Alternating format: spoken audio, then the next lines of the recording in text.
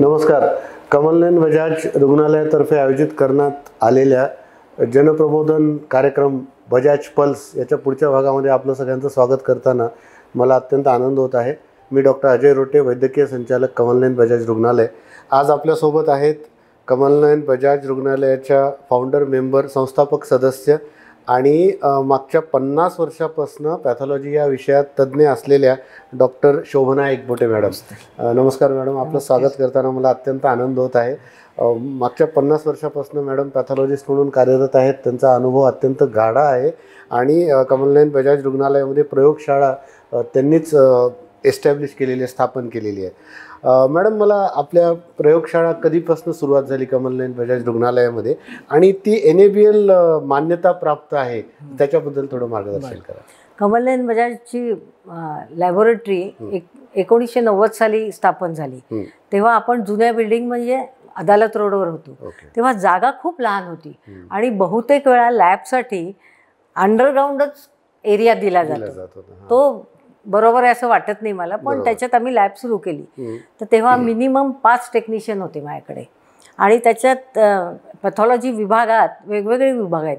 Pathology, microbiology, serology, histopathology, blood bank. तर ते सगळं मी एकटी सांभाळत होते, कारण दुसरा कोणी स्टाफ नव्हता तेव्हा. तर असं करता करता तिथे बरीच वर्ष आम्ही काढली आणि मग जेव्हा इकडे नवीन बिल्डिंगमध्ये 2003 आलो, तेव्हा आम्ही मात्र आमची मागणी त्यांच्यासमोर मांडली की आम्हाला स्वच्छ एरिया पाहिजे, ग्राउंड फ्लोअरला पाहिजे, त्याच्या खाली नको, आणि प्रकाश आणि उजेड वगैरे भरपूर पाहिजे, हवा सगळं भरपूर पाहिजे. त्याप्रमाणे आम्हाला भरपूर जागा मिळाली आणि आम्ही इकडे शिफ्ट झालो. शिफ्ट झाल्यानंतर एक 5-6 वर्षानंतर मॅनेजमेंटचं मला बोलवणं आलं आणि त्यांनी सांगितलं की तुम्ही NABL ॲक्रिडेशन करू शकाल का. NABL ॲक्रिडेशन हे करायचं कारण क्वालिटी इंडिकेट होते, त्यामुळे क्वालिटी काय आहे त्याच्यामुळे समजते. तर आम्ही मान्यता दिली त्याला. आणि NABL करताना आपल्याला एक फॉर्म भरावा लागतो आणि मुख्य म्हणजे त्याच्या आधीची लॅब होती ती सेमी ऑटो होती. सेमी ऑटो लॅबला त्याचे निकष वेगळे लावले जातात NABLचे, पण त्यांनी आधी सांगितलं की पहिले ऑटोमेशन करून घ्या. मग ऑटोमेशन करून घेतल्यानंतर मॅनेजमेंटची चर्चा झाली काय करायचं काय नाही, आणि मग आम्ही फॉर्म भरला. फॉर्म भरल्यानंतर आता 2012 आपली ॲक्रिडिटेड लॅब आहे. आणि NABL ॲक्रिडिटेशन म्हणजे national accreditation board for testing and calibration, आणि हे वर्ल्ड वाईड आहे. म्हणजे जागतिक एंट्री आपल्याला मिळाली आणि जागतिक रिपोर्टशी आपले रिपोर्ट कम्पेअर होणार. आणि त्याच्यासाठी काय की तुम्हाला तुमच्याकडे काय काय इक्विपमेंट आहेत आणि मुख्य म्हणजे कुठल्या कुठल्या टेस्ट तुम्हाला त्याच्यात इन्क्लूड करायच्या, समाविष्ट करायचे त्याच्यामध्ये. तर मॅक्झिमम नंबर ऑफ टेस्ट आपल्याकडे बहुतेक सगळ्या इन्क्लुडेड आहेत. त्याच्यासाठी खूप मेहनत लागते, नंतर स्टाफ लागतो. ते सगळं करता करता हळूहळू आम्हाला NABL ॲक्रिडिटेशन मिळालं. NABL ॲक्रिडिटेशन मिळाल्यानंतर त्याचे फायदे काय आहेत असं विचारलं गेलं आम्हाला. म्हणजे मॅनेजमेंटनेच विचारलं की पॅथॉलॉजी रिपोर्टबद्दल भरपूर वादविवाद पहिले 15 वर्ष झाले की तुम्ही रिपोर्ट दिलेला चूक आहे, तुम्ही हे बरोबर नाही आहे, क्लिनिकली आमच्या पेशंटला वेगळंच काहीतरी आणि तुम्ही भलतेच रिपोर्ट देता. ह्या सगळ्याला पूर्णविराम मिळावा. पूर्णविराम पूर्णपणे मिळत नाही, पण आपण दाखवू शकतो त्यांना. त्यामुळे NABL आम्ही हे केलं आणि त्याप्रमाणे वर्ल्ड वाईड जे त्यांचे हे आहेत, म्हणजे आता एखादं मशीन असेल, समजा आपल्याकडे बायोकेमिस्ट्री ॲनालायझर आहे, तर त्याचं सगळं तुम्ही कसं करता, ऑटोमेशन कसं करता, क्वालिटी कंट्रोल काय करता, आणि त्यांचे काही नॉर्म्स आहेत. नॉर्म्स म्हणजे कंट्रोल रन करायला लागतात, कॅलिब्रेटर असतात, तर ते सगळं व्यवस्थित करायचं. कंट्रोल आणि कॅलिब्रेटर ह्याच्यामध्ये फरक आहे. कॅलिब्रेशन हे करून देतात कंपनीवाले, कंट्रोल रोज आपल्याला रन करावे लागतात. तर त्या कंट्रोलसाठी कसं असतं की रोज लॅब केवढी मोठी आहे, 3 प्रकारच्या लॅब त्याच्यात इन्क्लुडेड आहेत, स्मॉल, मिडियम आणि लार्ज. तर स्मॉल म्हणजे वर्कलोड 100च्या आत, मीडियम म्हणजे 100 ते 400, आणि 400च्या पुढे लार्ज. तर आपली लॅब 100 ते 350 आता. म्हणजे आता ते हा मधल्या ह्याच्यात आहे दुसऱ्या आणि तो, कॅटेगरीमध्ये उंबरठा ओलांडण्याच्या ह्याच्यात आहोत आम्ही. पण त्याप्रमाणे तुम्हाला स्टाफ इन्क्लूड करावं लागतं. बरोबर आहे. आणि मुख्य म्हणजे NABLनी काय सांगितलेलं आहे की रोज कंट्रोल रन करायचे, जो लोड असेल तुमचा त्याप्रमाणे कंट्रोल रन करायची. छोटी लॅब असेल तर एक, पण आता आपल्याकडे 300-350 पेशंट रोज असतात, 3 कंट्रोल रन करावे लागतात. आणि हे सगळं पेपरवर ठेवावं लागतं, तोंडी एकही गोष्ट नाही. म्हणजे पहिल्यांदी टेक्निशियन आल्यानंतर त्याचं काम साफसफाई करणं आणि पहिले कंट्रोल लावणं. कंट्रोल जे असतात ते कमर्शियली अवेलेबल कंट्रोल असतात, तर ते लावायचे आणि त्या रेंजेस दिलेले असतात, त्या रेंजमध्ये जर ते आलं तर ते ठीक आहे. मग पेशंटचे सॅम्पल लोड करायचे. एक जरी पॅरामीटर बाहेर गेला तरी त्याच्यावर करेक्टिव्ह ॲक्शन घ्यायची आणि मग तो पॅरामीटर रन करायचा. पण हे सगळं पेपरवर असतं, पेपरवर प्रिंटआउट सगळ्यामध्ये हे करतात आणि ऑडिटर तेच चेक करतात. आणि हा सगळा प्रोसेस आणखीन एक आहे की आपण बाहेर सॅम्पल पाठवतो, आता इकास म्हणतात त्याला, एक्सटर्नल क्वालिटी ॲश्युरन्स म्हणतात. तर बाहेरचे आपण बायोरेटचे आपण हे कस्टमर आहोत, ते आपल्याला 12 सॅम्पल पाठवतात. दर सॅम्पल आपण सगळं ॲनालायझरवर आपले प्रोसेस करायचं आणि त्यांना रिझल्ट अपलोड करायचे. आपलं रेटिंग काय आहे हे ते आपल्याला दर महिन्याला पाठवतात. असे आपल्याकडे म्हणजे बायोकेमिस्ट्रीचे 33 आणि इम्युनॉलॉजीचे मिळून असे टोटल 55 पॅरामीटर्स आपण तपासणी करतो आणि रोज करावं लागतं. रोज करावं लागतं आणि महिन्यातून एकदा इकास पाठवावं लागतं. आणि त्याचा फायदा असा होतो की आता समजा डायमेन्शनवर आपण शुगर केली आहे, बाकीचे पेशंटचं काय असतं की पेशंट म्हणतात बाहेर शुगर केली ते इतकी आली आणि इथे इतकी आली. तर ते पिअर ग्रुप असतो, म्हणजे जगातल्या जे कंट्रीज डायमेन्शन वापरत असतील आणि स्टँडर्ड इक्विपमेंट वापरायची, कुठलीही आणून वापरली तर ती चालत नाही. जगातल्या सगळ्या ह्याच्याशी आपलं रिझल्ट कम्पेअर होतो, म्हणजे आपला कॉन्फिडन्स वाढतो. आणि मुख्य म्हणजे जेव्हा डॉक्टर्स जे रेफरिंग डॉक्टर्स असतात त्यांना जेव्हा काही प्रॉब्लेम येतो किंवा त्यांना वाटतं की नाही हा रिपोर्ट चूक आहे, तर त्यांना आम्ही खाली बोलवून सगळं क्वालिटी कंट्रोलचं दाखवून देतो आणि त्यांचं सॅम्पल इतर सॅम्पलबरोबर लावून परत प्रोसेस करून दाखवतो. किंवा फोनवर जरी सांगितलं की मॅडम एकदा चेक करून बघा तुम्ही, परत आपण सॅम्पल घेतो, पण सॅम्पल न घेता त्याच्यावरच चेक करतो, पण पैसे लावत नाही आपण. त्यामुळे ह्या सगळ्या गोष्टींनी म्हणजे डॉक्टरांचा आपल्यावरचा विश्वास वाढतो आणि त्यामुळे वर्कलोड खूप वाढतो. प्रोथ्रोम्बिन टाईम हा असा क्रिटिकल पॅरामीटर आहे की त्याच्यावर अवलंबून असतं की रक्त पातळ होण्याची प्रक्रियेला किती औषध द्यावं लागतं. पहिल्यांदा त्यांना खूप त्याच्याबद्दल वाद होते की हे बरोबर आहे की नाही. असं करता करता सगळ्यांना एकदा आणून लेक्चर दिलं, दाखवलं. आता दिवसाला 20 प्रोथ्रोम्बिन टाईम येतात. त्यामुळे डॉक्टरांचा विश्वास फार महत्त्वाचा आहे आणि पेशंटचाही. आणि पेशंटचा विश्वास मिळवायसाठी आपल्याकडे एक फीडबॅक फॉर्म आहे. काही कंप्लेंट असेल तर त्याच्यावर लिहून द्यायची आणि ती कंप्लेंट त्याला फोन करून बोलवायचं आणि मीच ती हे करायची, सॉल्व करायची आणि काय करेक्टिव्ह ॲक्शन घेतली हे लिहायचं. त्याचं समाधान झालं पाहिजे. म्हणजे आमचे 2 कस्टमर्स आहेत, डॉक्टर्स आणि पेशंट्स असं. त्यामुळे तुमच्या अनुभवातनं तुम्ही खूप चांगली माहिती दिली मॅडम आता, धन्यवाद त्याच्याबद्दल. याच्यातनं आपल्याला 3 महत्त्वाच्या गोष्टी लक्षात आल्या की जेव्हा लॅबोरेटरीमध्ये कुठल्याही प्रकारचा सॅम्पल, रक्त नमुना असेल, लघवीचा नमुना असेल किंवा बायोप्सीचा असेल, तर जेव्हा तो जातो तेव्हा त्याच्यामध्ये एखाद्या व्यक्तीला 3 गोष्टींची अपेक्षा असते की त्याची गुणवत्ता, त्याच्यानंतर विश्वासार्हता आणि वेळेत उपचार, वेळेत त्याचा रिपोर्ट किंवा त्याचा रिपोर्ट आपल्याला मिळाला पाहिजे. कारण या 3 गोष्टी इतक्या महत्त्वाच्या आहेत की याच्यावर त्याचा निदान किंवा उपचार या दोन्ही गोष्टींवर अवलंबून असतं. त्याच्यासाठी गुणवत्तेचं मॅडमने आपल्याला सांगितलं की NABL हे जगातलं जे सगळ्यात चांगल्या ॲक्रिडिटेशन सिस्टीम्स आहे त्याच्यापैकी एक जी सिस्टीम भारतीय शासनाने निर्देशित केलेली आहे, त्याप्रमाणे आपली लॅब त्याला ॲक्रिडिटेड आहे. त्याला आपल्याला 2 रिपीटेडली आपल्याला NABL आणि ॲक्रिडिटेशनचं ISO प्रकाराचाच आहे तो. पण ISO एकदा काय दिलं की मग ते कायमचं असतं, तसं हे कायमचं नसतं. रोजच्या रोजच आपल्याला करावं लागतं. नॉर्म्सप्रमाणे म्हणजे इंटरनल ऑडिट व्हावं लागतं दर 6 महिन्याला आणि 1 वर्षाला बाहेरची टीम येते, थर्ड पार्टी ऑडिट असतं. ऑडिट पण असतं. म्हणजे त्यांना आपल्याशी ओळख नसते काही. एकदम आणि भारतातनं वेगवेगळ्या ह्याच्यातनं लोक येतात. गुजरातमधनं, मुंबई, पुणे, कोल्हापूर, नागपूर. बरोबर आहे. आणि मोठी लॅब असल्यामुळे 5-5 ऑडिटर्स येतात एका वेळेस, कारण तपासायला भरपूर असतं. करेक्ट. म्हणजे जागतिक दर्जाची लॅब कमलनयन बजाज रुग्णालयामध्ये चालवली जाते.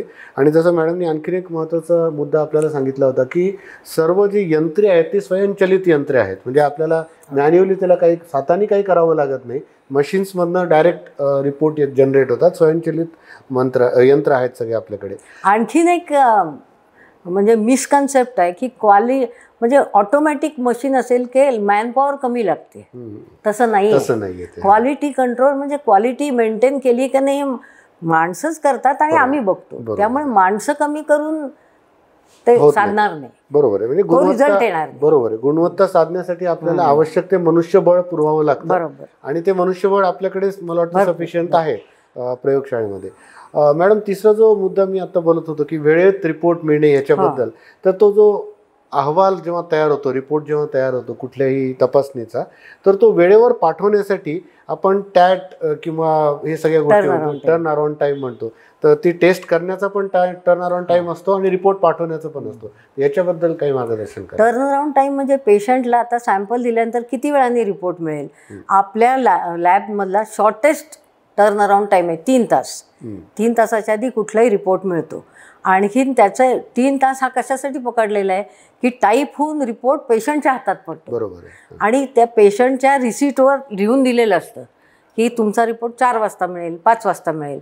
नाही मिळाला तो माझ्याकडे येऊन कंप्लेंट करतो. आणि साधारणतः लॅब चालू असताना साधारण 1.5-2 तासात रिपोर्ट तयार होतो ऑटोमॅटिक. आणि सॉफ्टवेअरच्या ह्यानी तो डॉक्टरला 1.5-2 तासात दिसू शकतो. म्हणजे पेशंटला जरी टाईप रिपोर्ट आपण 3 तासानंतर दिलेला असतो तरी डॉक्टर प्रिस्क्रिप्शन लिहून ठेवू शकतात किंवा त्यांना काही डाऊट असेल तर ते मला विचारू शकतात की परत रिपीट करा किंवा आहे. टर्न अराउंड टाईम फार महत्त्वाचा आहे. आणि हे सगळं बाहेरच्या बोर्डवर लावायला लागतं. आणि आम्ही वेगवेगळे हे केले. समजा युरिनला 2 तास, ब्लड ग्रुपला 2 तास, बायोकेमिस्ट्री आणि याला 3 तास. हिस्टोपॅथॉलॉजीला मात्र स्मॉल जे छोटे छोटे पीसेस येतात आपल्याकडे त्याला 3 किंवा 4 दिवस आणि बाकीच्याला मात्र 7 दिवस लागतात. तिथे घाई केली तर प्रोसेसिंग व्यवस्थित होत नाही आणि मग ओपिनियन त्याला किमान तेवढा वेळ लागतो त्याचा रिपोर्ट येण्यासाठी. ते पण सगळं ऑटोमॅटिक, ते पण सगळं स्वयंचलित आहे. त्याच्यामुळे खूप फायदा होतो. दुसरं मला विचारायचं की आता तुमच्या बोलण्यावरून आपल्याला लक्षात आलं की प्रयोगशाळा ही काही फक्त एखाद्या रक्त नमुना तपास करण्यापुरतं मर्यादित नाहीये. त्याचा आवाका खूप मोठा आहे. तर अशा प्रयोगशाळेचा आपला आवाका काय आहे? त्याच्यामध्ये कुठल्या कुठल्या तपासण्या अंतर्भूत होतात? म्हणजे हिमॅटॉलॉजी, सिरोलॉजी, मायक्रोबायोलॉजी, बायोकेमिस्ट्री सर्वात महत्वाचं आहे. आणि त्याच्याप्रमाणे आपण सगळे पॅरामीटर्स आपण तपासून देतो. आणि काही वेळा आपल्याकडे वर्कलोड जर कमी असेल तर ते सॅम्पल आपण टायअप करून बाहेर पाठवलं जातं. म्हणजे 2-3 लॅबशी आपले MOU असतात. आणि काही इंटर लॅबोरेटरी पण करायची गरज असते जिथे इकास किंवा एक्सटर्नल क्वालिटी अवेलेबल नाही आहेत. अशा वेळी आपण एनेबल ॲक्रेडिटेड लॅबमध्येच करायला पाहिजे. कुठल्याही लॅबमध्ये करून चालत. गुणवत्ताप्रमाणे आणि ते मॅच व्हायला पाहिजे. असं सगळं हा प्रयोगशाळेचा आपला सगळा आवाका आहे की या सगळ्या तपासणी आपण करू शकतो. तुम्हाला शेवटचा प्रश्न विचारतो की आता गुणवत्ता कायम ठेवण्यासाठी आणि गुणवत्ता प्रमाणित करून घेण्यासाठी तसंच विश्वासार्हता प्रमाणित करण्यासाठी मनुष्यबळ, जागा आणि मॅनेजमेंटचा सपोर्ट, व्यवस्थापनाचा कायम आपल्याला सपोर्ट असणं गरजेचं असतं. याबद्दल काही सांगू शकाल? व्यवस्थापनाशी आमचं सर्वात जवळचं नातं आहे. कारण दर 1 वर्षाला 6 महिन्याला मॅनेजमेंट रिव्ह्यू मीटिंग असते. मॅनेजमेंट रिव्ह्यू मीटिंग म्हणजे सर्वात जो उच्च निर्णय घेऊ शकेल म्हणजे मशीन खरेदी किंवा महत्त्वाच्या ह्याच्यात तो माणूस अवेलेबल पाहिजे आणि बाकीचे सगळे अवेलेबल पाहिजे. तेव्हा आम्ही सगळा डेटा दाखवतो. डेटा दाखवल्यानंतर त्याचं ॲनालाइज करून दाखवतो की कसं होतंय. तसंच एक ॲडवायझरी बोर्ड म्हणून असतो. ॲडवायझरी बोर्ड म्हणजे डॉक्टर्स जे आलेले असतात, सर्जन, ICU इंचार्ज, पीडियाट्रिशियन यांची एक मीटिंग होते. त्यांचे काही सजेशन्स आहेत का, त्यांचे काही प्रॉब्लेम आहेत का. तर एक प्रॉब्लेम म्हणजे पीडियाट्रिशियनला शनिवारी संध्याकाळी 6 वाजता सगळे घरी गेले, 7 वाजता की सोमवारी सकाळी येतात, मग रविवारच्या सॅम्पलचं काय करायचं. तर आम्ही आमच्या पॅथॉलॉजिस्ट म्हणजे आम्ही आता 4 पॅथॉलॉजिस्ट त्यांनी असं ठरवलं की दर रविवारी एक्स्ट्रा ड्युटी म्हणजे एक ड्युटीवर असणार माणूस म्हणजे तो प्रॉब्लेम सॉल्व्ह होतो. कारण क्रिटिकल पेशंट असतात, लगेच ट्रीटमेंट द्यावी लागते आणि आम्ही स्लाईड किंवा काही बघितल्याशिवाय ते अपलोडही करू शकत नाही. त्यामुळे आम्ही आमच्यातच हे केलं की एक पॅथॉलॉजिस्ट दर रविवारी असणार सुट्टीच्या दिवशी. मॅडमनी त्यांच्या 50 वर्षाच्या अनुभवाच्या शिदोरीतनं आपल्याला इतक्या चांगल्या महत्त्वाच्या गोष्टी सांगितल्या. सर्वसामान्य लोकांना ही माहिती नसतं की उपचार करणाऱ्या डॉक्टरांच्या मागे जी यंत्रणा असते ती किती महत्त्वाची आहे, ज्याच्यामुळे निदान उपचार करणं अवलंबून राहतं. तर मॅडम आज आपण इथे आलात आणि आम्हाला एवढी चांगली महत्त्वाची माहिती दिली, याच्यामुळे मला एक विश्वास वाटतो की सर्वसामान्य लोकांचा कमलनयन बजाज रुग्णालयातील रिपोर्ट्सवर, लॅबच्या रिपोर्ट्सवर जो विश्वास आहे तो आणखीन वाढेल. तर ज्यांना कोणाला कुठल्याही प्रकारच्या तपासण्या करायच्या असतील कृपया कमलनयन बजाजच्या लॅबची मध्ये येऊन आपली तपासणी करून घेऊ शकता. आपण इथे आलात मॅडम, त्याच्याबद्दल मनपूर्वक धन्यवाद. आणि आता मॅनेजमेंटच्या तर्फे आम्हाला फार चांगला रिस्पॉन्स मिळतो. म्हणजे कुठलीही गोष्ट मिळाली की त्यांना विश्वास आहे की हे खरंच मागतायत, उगीच मागत नाहीत. त्यामुळे आता सध्या आमच्या लॅबचा स्टाफ 40 आहे सगळं धरून. आणखीन एक मला एक नमूद करावंसं वाटतं की हिस्टोपॅथॉलॉजी जो विभाग आहे म्हणजे कॅन्सरचे पेशंट जे निदान करण्यासाठी जो भाग आहे तिथे आपल्याकडे एक फ्रोझन सेक्शन नावाचा एक वेगळा विभाग आहे. फ्रोझन सेक्शन औरंगाबादमध्ये किंवा मराठवाड्यात कुठेच अवेलेबल नाही. फ्रोझन सेक्शनमध्ये काय करतो की सर्जन जेव्हा ते इंट्रा ऑपरेटिव्ह सॅम्पल घेतात, ऑपरेशन चालू असताना सॅम्पल म्हणजे आता समजा ट्यूमर कुठपर्यंत काढायचा, मार्जिन काय करायचं, वर खाली किती करायचं, ते वर खालचे जे मार्जिन्स असतात ते आमच्याकडे पाठवतात. पण त्याच्यासाठी आधी आम्हाला ते सांगतात की आम्ही 10 वाजता पाठवणार आहे. 10 वाजता पाठवलं बरोबर त्यावेळी येतं आणि त्याचा टर्न अराउंड टाईम आहे अर्धा तासामध्ये. म्हणजे OTमध्ये डॉक्टर थांबलेले असतात की आमचा रिपोर्ट गेल्याशिवाय ते कट घेत असतात, सर्जरी करत नाही त्याच्यामध्ये. आणि हे फार महत्त्वाचं आहे. आणि मुख्य म्हणजे ह्याच्यासाठी आता बाहेरून सुद्धा आम्हाला वर्कलोड यायला लागेल. बरोबर, म्हणजे फक्त कमलनयन बजाज रुग्णालयातच होणाऱ्या शस्त्रक्रिया नाही, इतर रुग्णालयामध्ये होणाऱ्या शस्त्रक्रियांचे सुद्धा सॅम्पल्स आपल्याकडे येतात फ्रोझन सेक्शन. आणि मुख्य म्हणजे एक मी सांगायचं राहिलं तुम्हाला की NABLचं ट्रेनिंग असतं. बरोबर, म्हणजे आता मी सुद्धा ट्रेनिंग घेते त्याचं. बरोबर, नवीन अपग्रेडेशन होतं, ट्रेनिंग घेतं. आणि आपल्याकडचे सगळे पॅथॉलॉजिस्ट आणि मेजॉरिटी टेक्निशियन म्हणजे एक 10 टेक्निशियन सगळ्यांना मॅनेजमेंटनी ट्रेनिंगला पाठवलेलं आहे. ट्रेनिंगला पाठवल्यानंतर त्याला त्यांचं महत्त्व समजतं. म्हणजे मला त्यांना सांगायला सोपं पडतं की हे नॉर्म्सप्रमाणे करा, मी म्हणते म्हणून नाही.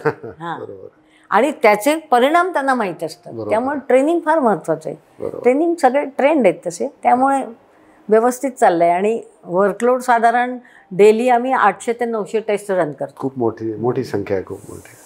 चालेल मॅडम, धन्यवाद. आपण आलात. थँक्यू, धन्यवाद.